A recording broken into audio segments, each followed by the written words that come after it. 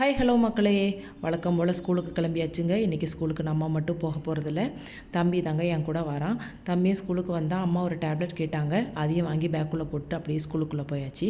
ஸ்கூலுக்குள்ளே போய் நம்மளோட ஆயுதங்கள்லாம் எடுத்து வச்சு இன்றைக்குள்ள ஒர்க்கை கம்ப்ளீட் பண்ணிட்டு கொஞ்சம் சீக்கிரமாகவே வீட்டுக்கு வந்துட்டேன்.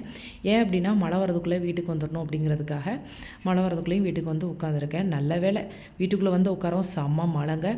மழை நின்னதுக்கப்புறம் எல்லோரும் கிளம்பி மார்க்கெட்டுக்குள்ளே கிளம்பியாச்சுங்க. மார்க்கெட்டுக்குள்ளே போய் வேணுங்கிற திங்ஸ் எல்லாம் வாங்கிட்டு அப்படியே வீட்டுக்கு வந்தாச்சு.